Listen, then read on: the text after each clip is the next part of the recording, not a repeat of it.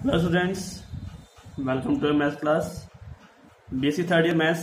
देखिए लास्ट कल वाली क्लास में हमने स्टार्ट किया था चैप्टर नंबर 5th, और वो चैप्टर नंबर जो 5th है हमारा वो है तुल्यकारिता। ठीक है, आइसोमॉर्फिक।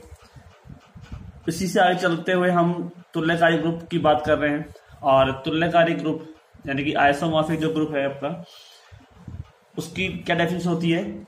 जब वही होती है जो हमने कल भी पढ़ा था तुल्य के लिए। एक तो एक ही होना चाहिए ग्रुप जी से जी डैश पर, एक आच्छादक होना चाहिए और एक समाकारिता होनी चाहिए। ठीक है, तो इसकी मैं डेफिनेशन लिख देता हूं यहां पर। यदि ग्रुप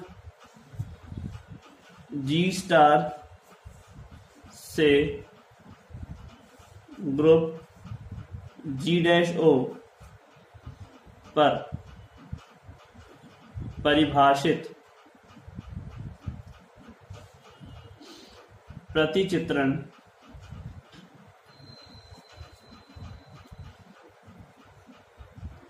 तुल्यकारिता हो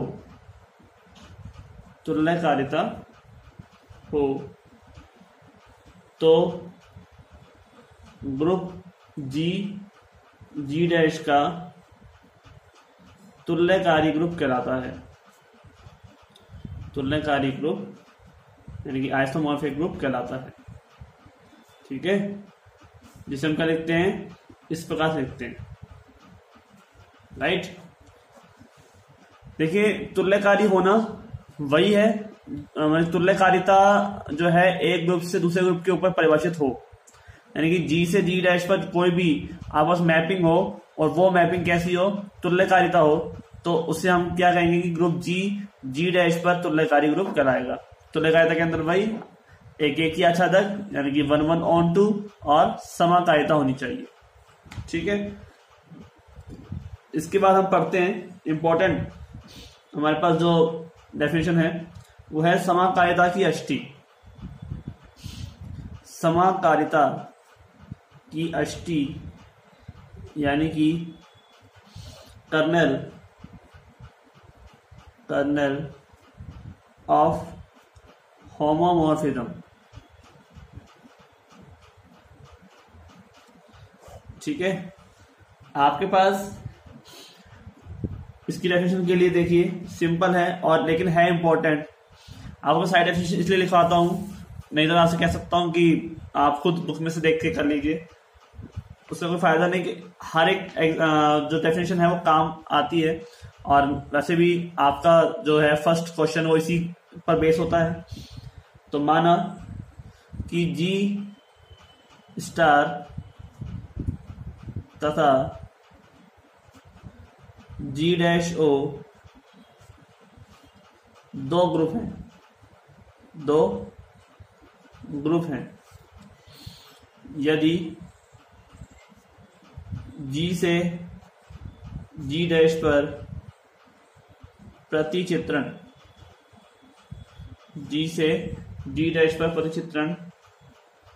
एफ जी से जी डैश एक समाकारिता है,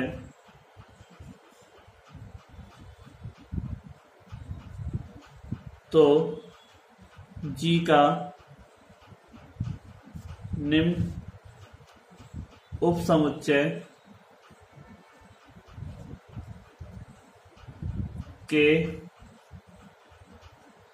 x belongs to G, F of X बराबर ई डैश, जहां E dash group G dash का तस्मक है।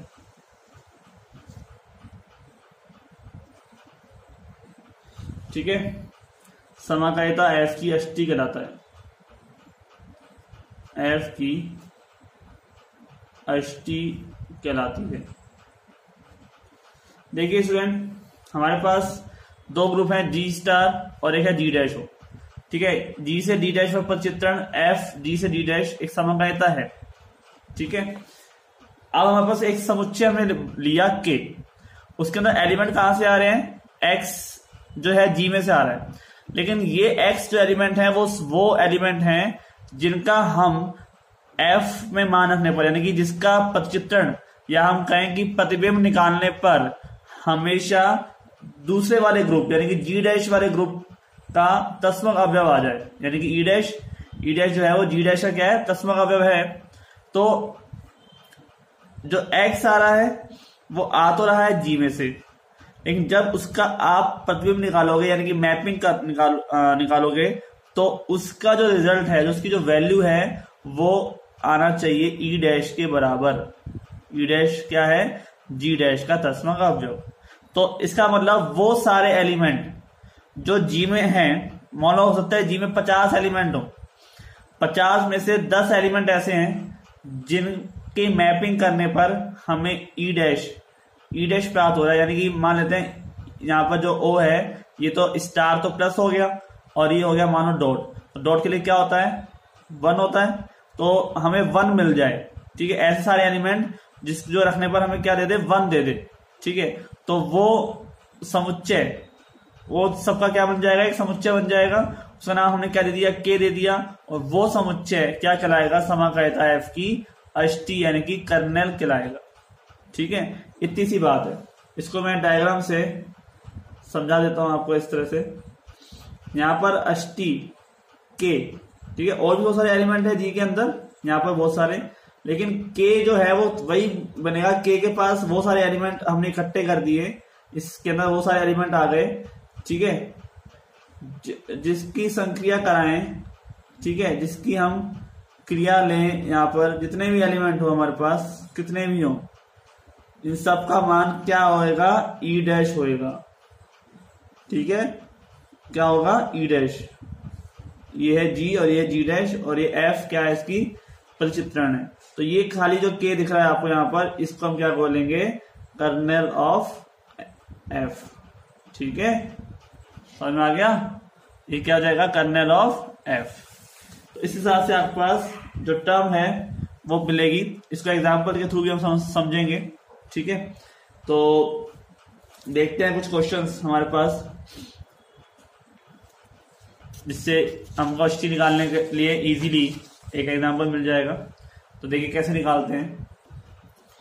तो एग्जाम्पल हमारे पास, एग्जाम्पल नंबर 2, एफ सी से सी पर कोई प्रतिचित्रण है। ठीक है, इस प्रकार है कि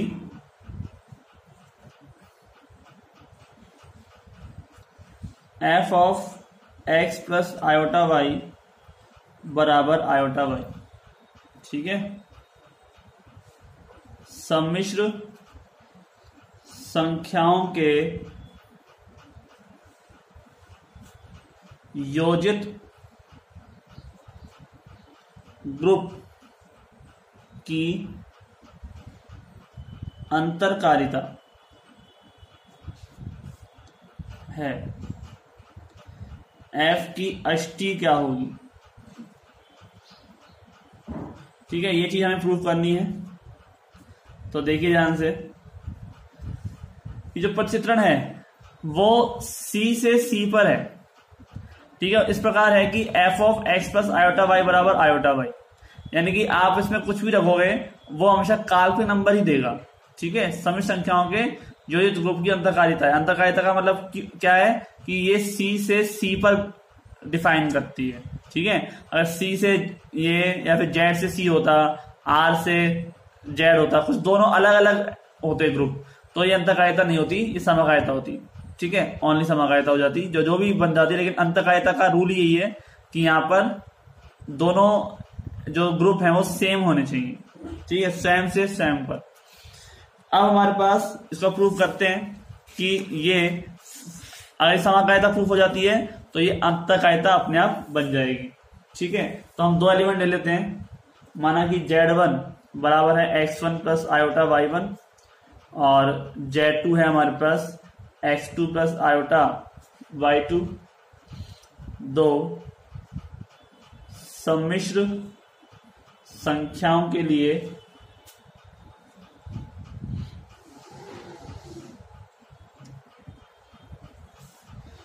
f ऑफ Z1 बराबर आयोटा y1 हो जाएगा। अगर मैं x1 प्लस आयोटा y1 रखूंगा यहाँ पे, तो यहाँ पे क्या आ जाएगा, आयोटा y1। और Z2 में रखूंगा, Z2 का मतलब f of x2 plus iota y2 रखूंगा, मेरे पास क्या आ जाएगा, आयोटा y2 आ जाएगा। क्योंकि इसने रूल दिया है कि आप यहाँ पर कोई भी सम संख्या रखो, यहाँ पर वास्तविक संख्या तो नहीं बचेगी, केवल काल्पनिक संख्या बचेगी। ठीक है, आयोटा के साथ वाली टर्म यानी कि आयोटा y बचेगा। राइट, अब हमारे पास हम जानते हैं कि देखो यहाँ पर दे रखा है योजित ग्रुप, यानी कि C प्लस से और C प्लस पर ही ये परिभाषित है। ठीक है, दोनों तरफ संख्या कैसी है, प्लस है, इधर भी प्लस और उधर भी प्लस। यानी कि अगर हम इसको समकारिता की परिभाषा से लिखें, समकारिता की परिभाषा से, तो क्या कहती है परिभाषा कि आपके पास f ऑफ जो भी एलिमेंट आपने ले रखा है Z1 Z2, इसकी संक्रिया करने पर दोनों की अलग अलग प्रतिबिंब के योग के बराबर होना चाहिए इस प्रकार से। राइट, ये तो आप जानते हो ना, मतलब कि ये वैल्यू ऐसे बराबर आनी चाहिए, और ऐसे बराबर आ जाती है तो इसका मतलब ये समकारिता है। ठीक है, तो हमारे पास प्रूफ करते हैं, मतलब Z1 पर Z2 लेके चलते हैं। Z1 की वैल्यू क्या है, x1 प्लस आयोटा y1 और plus x2 plus iota y2, कोई दिक्कत नहीं। ठीक है, इसमें क्या हो जाएगा, x1 plus iota y1, x1 plus x2 वाला ले लूं plus iota y1 plus y2 वाला ले लेता हूं, कोई दिक्कत नहीं।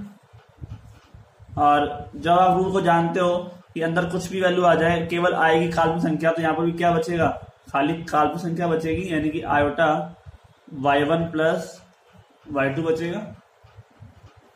राइट, तो इसका मतलब ये तो है आपके पास f of Z1 plus Z2। अब इसको ले लेते हैं कि f of Z1 plus Z2 जो है वो कैसे बराबर हो जाएगा, आयोटा y1 प्लस y2 को मैं क्या लिख सकता हूं, iota y1 plus iota y2। ठीक है, तो आयोटा y1 का मतलब क्या है, iota y1 f of Z1 यानी कि f of x1 plus iota y1। ठीक है, f of x1 plus iota y1, यानी कि अगर आप f ऑफ में रखोगे तो ये वैल्यू पूरी आएगी, लेकिन बाहर निकलने पर खाली आयोटा y1 आएगा। और सेम ऐसे ही f of x2 plus iota y2 बन जाएगा, और ये क्या है, f ऑफ Z1 के बराबर, और ये है f2 Z2 के बराबर। यानी कि जो हमें प्रूफ करना था वो प्रूफ हो गया है। इसका मतलब ये क्या हो गई है, समकारिता हो गई है। C प्लस से C प्लस में F समकारिता है, अतः यह अंतरकारिता होगी। क्या होगी, अंतरकारिता होगी। अब हम निकालेंगे इसका क्या, अष्टी निकालेंगे। ठीक है, अष्टी ज्ञात करते हैं। अष्टी ज्ञात करने के लिए हमारे पास, आप ध्यान से देखिए, जो टर्म है हमें उसका तस्मा चाहिए। अब यहाँ पे दोनों तरफ C ही है, तो C और वो किसके लिए, प्लस के लिए, तो प्लस के लिए तस्मा क्या हो जाएगा बताइए आप, 0। तस्मा क्या हो जाएगा, 0 हो जाएगा। राइट, हमारे पास जो टर्म है उसमें हम लिख लेते हैं C प्लस का तस्मक अवयव 0 है, साथ ही f of x plus iota 0 बराबर क्या होना चाहिए, 0 आयोटा, यानी कि 0 वैल्यू 0 के बराबर कब होगी, जब यहाँ पर क्या हो जाए, 0 आयोटा हो। ठीक है, हम तस्मक की बात कर रहे हैं, और बात हम अभी करते हैं उसकी, यानी कि हम कोई सा एलिमेंट लें C में से, उसको हम F में डालें तो वो दूसरे वाले का क्या निकल के आया, तस्मक अवयव निकल के आया। अब यहाँ पर क्या है, दोनों वैल्यू सेम है, तो प्लस के लिए तस्मक अवयव 0 ही रहेगा। ठीक है, तो F की ST क्या हो जाएगी बताओ, ऐसे कौन कौन से एलिमेंट हम लेकर आए। ठीक है, ऐसे कौन कौन से एलिमेंट हम लेकर आए जिसका मान इसमें इस तरह से रखने पर वैल्यू 0 आ जाए, x प्लस आयोटा y पूरी टर्म में रखने पर 0 आ जाए। तो टर्म तो एक बार ही 0 हो सकती है, कब सकती है, जब यहां पर मान क्या आ जाए, 0 आ जाए, x पर डिपेंड कर नहीं रहा। मान किस पर डिपेंड कर रहा है, y पर डिपेंड कर रहा है। तो इसका मान यानी कि y का मान 0 हो जाए, यानी कि काल्पनिक संख्या वाला जो भाग है वो 0 हो जाए, तो वैल्यू 0 हो जाएगी। तो वो सारे नंबर जिसमें काल्पनिक संख्याएं वाला भाग 0 है वो क्या कहलाएगी, अष्टी कहलाएगी। ठीक है, यानी सभी क्या हो जाएंगे, एक तरह से काल्पनिक संख्याओं का भाग 0 का मतलब क्या है, रियल नंबर हो जाएंगे। ठीक है, वास्तविक संख्या का समुच्चय हो जाएगा। जब काल्पनिक नहीं बचेगा तो क्या बचेगा, वास्तविक। तो इसका मतलब वो सारे नंबर जो एफ ऑफ जेड पर क्या को बना दे, 0 बना दे। ठीक है, वो नंबर कौन से होंगे, सम्मिश्र संख्याएं जिनका काल्पनिक भाग 0 हो, जिनका काल्पनिक भाग 0 है। ठीक है, यानी कि वास्तविक संख्याओं का समुच्चय। कोई दिक्कत नहीं, समझ में आ गया। तो ये हमारा क्या हो गया, अष्टी हो गई एफ की। आपको इसमें बहुत सारे नंबर हैं, इस सी के अंदर बहुत सारे नंबर हैं, लेकिन इस सी में से वो नंबर लेने हैं जो का काल्पनिक भाग 0 हो, या फिर हम कह सकते हैं कि इसमें केवल वास्तविक संख्याएं हो। तो सी में वास्तविक संख्या तो आती हैं, तो यानी कि x प्लस आयोटा वाली y वाली फॉर्म में आयोटा वाली टर्म ना हो, से √2 हो जाए, ओनली 1, ओनली 5, ओनली √6 लगा लो या √5 लगा, कुछ भी लगा लो। ठीक है, सब नंबर्स जिसके अंदर चाहे वो पॉजिटिव हो चाहे नेगेटिव हो, ठीक है, कितने भी नंबर हो यहाँ पर, लेकिन वो सब कैसे हो, रियल नंबर हो। और रियल नंबर्स मतलब कि आगे में प्लस में आयोटा में कुछ भी टर्म ना हो। ठीक है, ऐसे 2 आयोटा, 3 आयोटा, 5 आयोटा, कुछ भी है। ठीक है, वो टर्म नहीं होनी चाहिए आयोटा वाली, केवल रियल नंबर्स का सेट होना चाहिए, तभी आप उसको क्या कहेंगे, अष्टी कहेंगे। ठीक है, समझ में आ गया अष्टी परिभाषा। अष्टी मेन है, हर क्वेश्चंस में अगर आपसे पूछ सकते हैं, ऊपर से अलग से पूछ सकते हैं भाई अष्टी ज्ञात करो, तो अष्टी ज्ञात करने के लिए आपको अलग से नंबर मिल रहे हैं। और अब अष्टी ज्ञात करने के नंबर मिल रहे हैं और आप वही ज्ञात नहीं करोगे तो प्रॉपरली उस पार्ट के नंबर तो कटेंगे ना। ऐसा तो नहीं उसमें इंक्लूड है, अंदर ही छुपा हुआ है, हम नहीं करेंगे तो कोई बात नहीं, लेकिन अलग से हम कहेंगे एफ की अष्टी ये होगी, तो अलग से एक नंबर का अगर पार्ट है तो हमें करना होगा। ठीक है स्टूडेंट्स, समझ में आया होगा आपको। तो जो आज हमने पढ़ा उसमें हमारे पास एक एग्जाम्पल था और एक हमारे पास तुल्यकारी ग्रुप और समकालिता की अष्टी हमने ये पढ़ी। ठीक है, तो आज के लिए इतना ही, मिलते हैं नेक्स्ट वीडियो में। आप इसमें और एग्जाम्पल्स हैं वो आप करिए और प्रैक्टिस करते रहिए। देखिए जितना प्रैक्टिस करेंगे, जितना आप समझेंगे उतना ही बढ़िया है। आप अपने दिमाग में इमेज करिए कि कैसे कैसे वैल्यूज आप उसमें रिलेट हो रही है। ठीक है, इमेज करना यहाँ पर बहुत ज्यादा जरूरी है।